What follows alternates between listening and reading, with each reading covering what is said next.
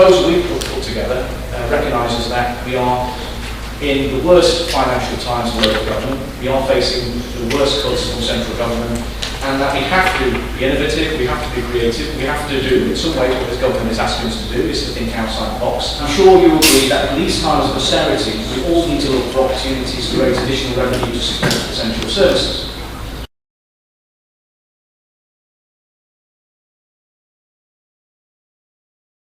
We've got to do everything we can, Mr. Mayor, to save our local communities from a catastrophe which is facing them as a result of these government cuts.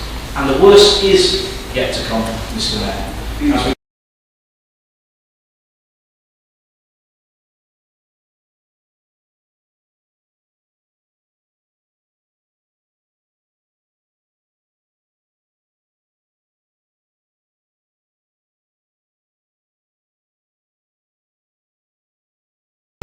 It has been said before that we are in unprecedented times. Austerity has been with us for many years now, and the effects on council budgets have been enormous. I am sure one side will blame the other, and vice versa, for the reasoning behind the difficult situation the country finds itself in. This does no good for the everyday person on the street. The facts are clear. Services are under a great deal of strain, and savings need to be found wherever they can be found. The number of councillors on our council has not changed, despite the number of council staff being reduced by another third. The reduction in staffing levels has undoubtedly affected critical services the council has to provide. The personal effect is devastating on those staff who have, through no fault of their own, have been forcibly made redundant. Don't for one moment think that the council staff are not aware that councillors have made no sacrifices during these times. To reduce the number of councillors by a similar percentage as council staff would seem an appropriate action in view of the circumstances. I appreciate that some councillors will play the "who will do the work" card, but quite frankly this does not wash. When you cut the budgets of essential services, you never once said, "who will do the work?" You just told them to get on with it. Well, I'm sure those dedicated councillors that are left would rise to the challenge, and like the staff, we could find better ways of working. Earlier this year, the majority of councillors rejected the idea of removing special responsibility allowances, leaving a bad taste in the mouths of Derby residents. As you know, this would have saved £135,000 per year, every year. Money that could have been used towards those essential services that councillors on the opposite bench so admirably defend. But never mind, that was not to be.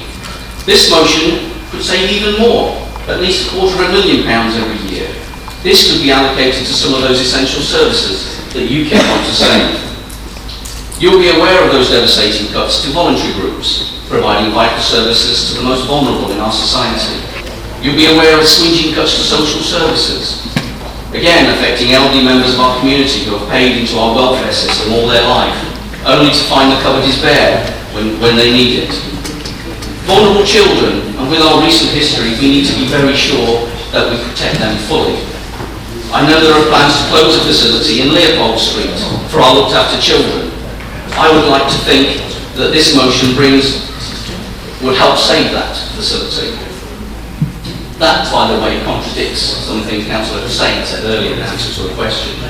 I think it's appalling that the Council is considering closing such a vital facility. Mr. Mayor, if this motion is accepted, it will show a clear affinity with our communities at a time when they are struggling, just like the Council is struggling. Acceptance of this motion would show that we are all in touch with the reality of the austerity this country is going through. It will show that we care about the people in our society, and we care about Derby. I move this motion. Yes, Mr. Mayor, we would like to move an amendment.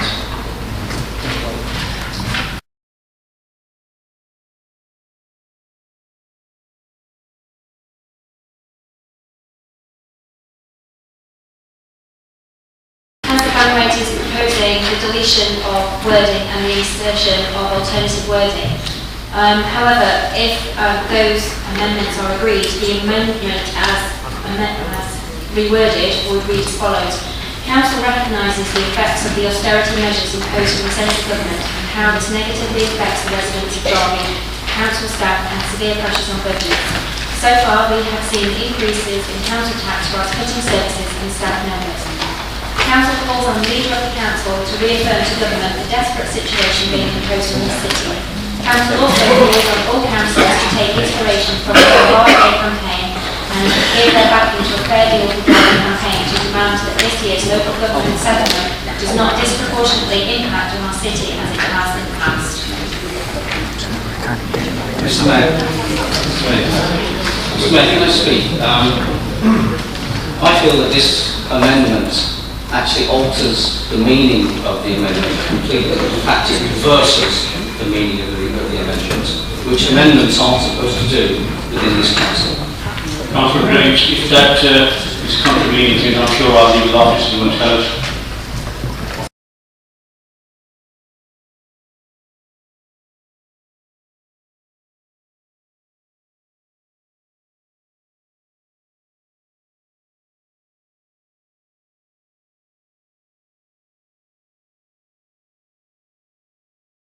Said the government Amendment proposed by Councillor Banwait does recognise the need for cuts. I accept that it does take away slightly from what Councillor Graves is indicating about the reduction in councillors. However, the overall issue of the cuts is there, and I'm satisfied that this is a suitable amendment to be considered by Councillor.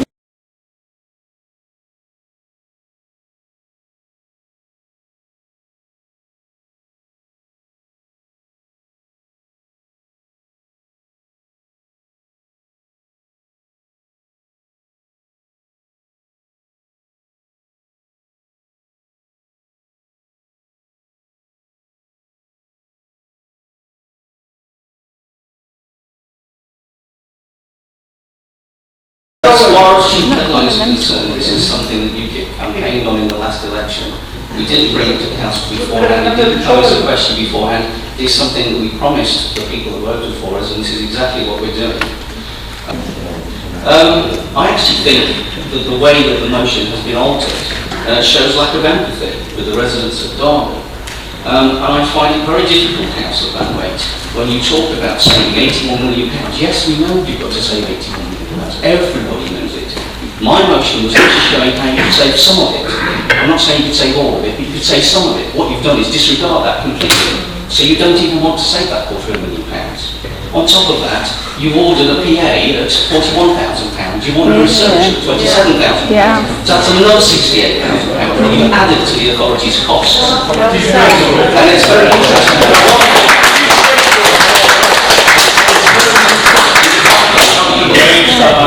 Same thing to you that I did to Councillor Chair. Can you stick to the amendment?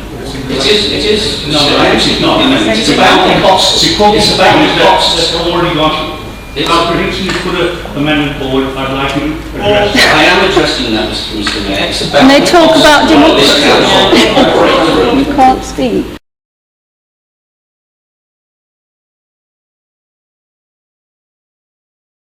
And also, you want a researcher. You have two researchers in your cabinet that work for President Williamson. You yourself are a part-time leader. Mr. Mayor, I've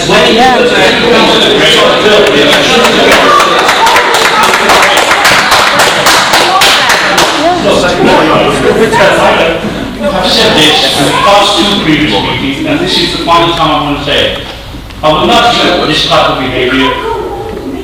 You know, and everybody else knows by nature I'm a fair person, but you know, you're driving me to the very, very limit, and I don't particularly want to come down hard on you Because he's having sex. I'm picking it. But you're What about democracy? Why do you take this to these levels? There's absolutely no need for it. To come down on private disparity or anything else. You have a motion in front of you. Speak on it, sorry, amendment, speak on that, otherwise I will ask you not to speak. Simple as that. Because I don't want to prolong this any further than is necessary.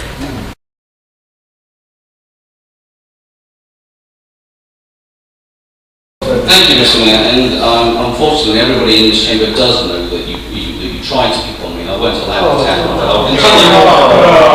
To alter this motion, Mr. Mayor, actually shows contempt to our taxpayers, to our voters, to the vulnerable, to our families, to our children, to the elderly and to the homeless. If you really believe you are selfless councillors, you would have accepted the original motion. I'll leave it there.